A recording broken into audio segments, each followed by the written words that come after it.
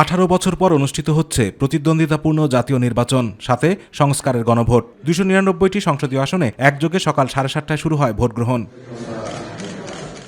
সকাল 9:30টায় গুলশান 2 নম্বর এলাকায় Gulshan model high school and college কেন্দ্রে ভোট দেন বিএনপির চেয়ারম্যান তারেক রহমান। পরে বিভিন্ন কেন্দ্র পরিদর্শন করেন বিএনপির চেয়ারম্যান। এ সময় পরিবেশ শান্তিপূর্ণ রয়েছে জানিয়ে ভোট সুষ্ঠু হলে জয়ী হবার প্রত্যাশাও ব্যক্ত করেন তিনি।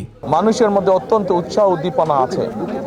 আমি সকলকে আহ্বান করব, আসুন আমরা সকলে মেনে চেষ্টা করি মানুষ যাতে শান্তিপূর্ণভাবে সুন্দরভাবে তাদের এই অধিকারটি প্রয়োগ করতে পারে এবং আমরা সকলে মিলে একটি আমাদের প্রত্যাশিত সুন্দর বাংলাদেশ আমরা গড়ার উদ্যোগ গ্রহণ করতে পারি। আমরা আলহামদুলিল্লাহ আমরা কনফিডেন্ট, আমরা আশাবাদী জয়ের ব্যাপারে।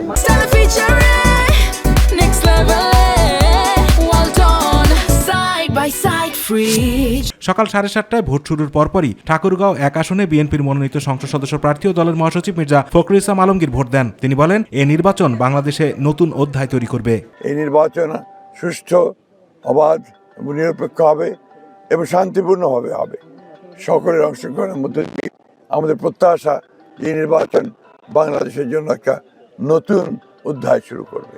এদিকে কক্সবাজারের পেকুয়ায় কেন্দ্রে গিয়ে ভোট দিয়েছেন বিএনপির স্থায়ী কমিটির সদস্য ও সাবেক প্রতিমন্ত্রী সালাউদ্দিন আহমদ। পরে তিনি বলেন, ইতিহাসের বাঁক বদলানো শুরু হয়েছে। গণতান্ত্রিক চর্চার মধ্য দিয়ে এগিয়ে যেতে চায় বিএনপি। গণতান্ত্রিক সংস্কৃতির মধ্য দিয়েই আমাদেরকে অতীতের ফ্যাসিবাদী সংস্কৃতিকে বিলুপ্ত করতে হবে।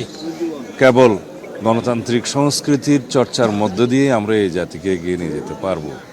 দিনাজপুরের নবাবগঞ্জ উপজেলা মতিহারা উচ্চ বিদ্যালয় কেন্দ্রে সকাল 8:30টায় ধানের শীষের প্রার্থী বিএনপি স্থায়ী কমিটির সদস্য ডাক্তার AZM জাহিদ হোসেন ভোটারদের সঙ্গে লাইনে দাঁড়িয়ে ভোট প্রদান করেন। পরে তিনি জানান, দীর্ঘদিন পর মানুষ ভোটের অধিকার ফিরে পেয়েছে। যে কোনো ধরনের প্রলোভন ধানের শীষের বিজয় ঠেকিয়ে রাখতে পারবে না। বাংলাদেশ জাতীয়তাবাদী দল জনগণের দল এবং জনগণের উপর তাদের আস্থা রয়েছে।